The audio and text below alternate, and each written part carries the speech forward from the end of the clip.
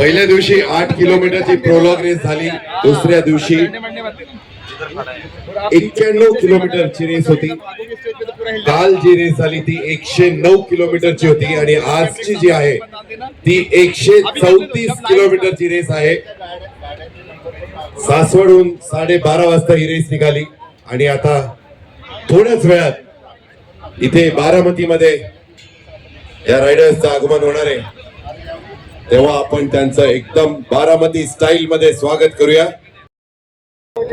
तर नवीन मुलांच्या मला 5 मुलं भेटली, त्याच्यातली काही अजून पण आहेत। दरवर्षी अशा प्रकारच्या स्पर्धा करा, आम्हाला पण वाटतं की आम्ही पण त्या स्पर्धेमध्ये उतरावं आणि स्पोर्ट्समन स्पिरिट वाढतं। आज 40 देशातले खेळाडू येतात, ते सहभागी होतात, त्याच्यात संपूर्ण जगाला साधारण आपण स्पर्धा भरवतो ते सगळे माहिती कळते, रोड्स कळतात, आपलं इथलं इन्फ्रास्ट्रक्चर कळतं, आपल्या इथं टुरिस्ट लोक या निमित्तानं वाढवू शकतात, कारण ते बघतात की बाबा इथं इतकं चांगल्या पद्धतीने सगळ्या गोष्टी आहेत, तर चला आपण तिथं पाहायला जावं।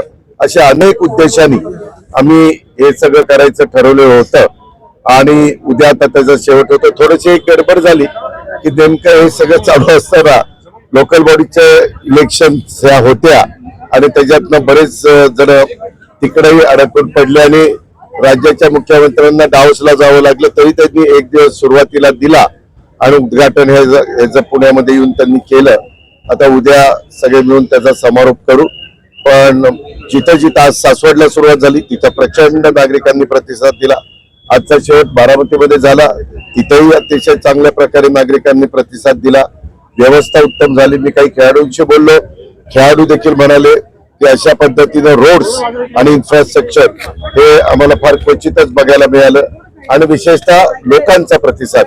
मी येताना आपल्या सासवडवरून निघालो त्यावेळेस मी बाय रोड येत होतो कारनी, त्यावेळेस मला गावोगावी लोक सगळे त्यांची वाट बघत थांबलेले होते आणि तुम्हाला एक मला सगळ्यांना सांगायचं की ज्यांची आर्थिक परिस्थिती असते ते जाऊन अशा प्रकारच्या स्पर्धा कुठे ना कुठे जाऊन बघू शकतात।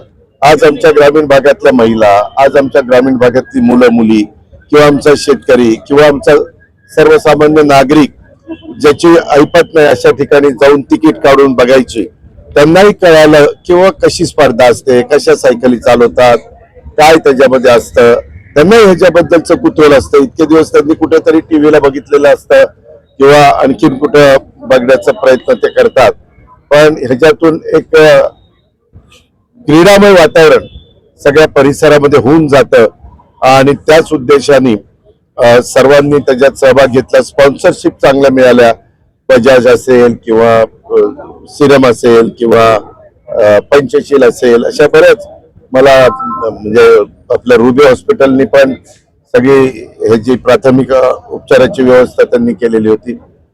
पोलीस बंदोबस्त खूप चांगला होता, होमगार्डनी मदत मोठ्या प्रमाणावर पोलीस खात्याने घेतलेली होती आणि विशेषतः नागरिकांनी लोकांनी शिस्त पाळली।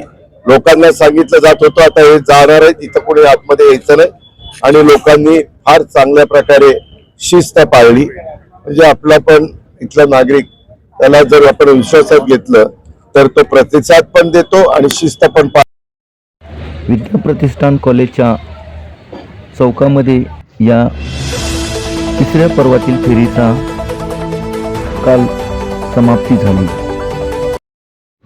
माझा इंडिया न्यूज बारामती पुणे।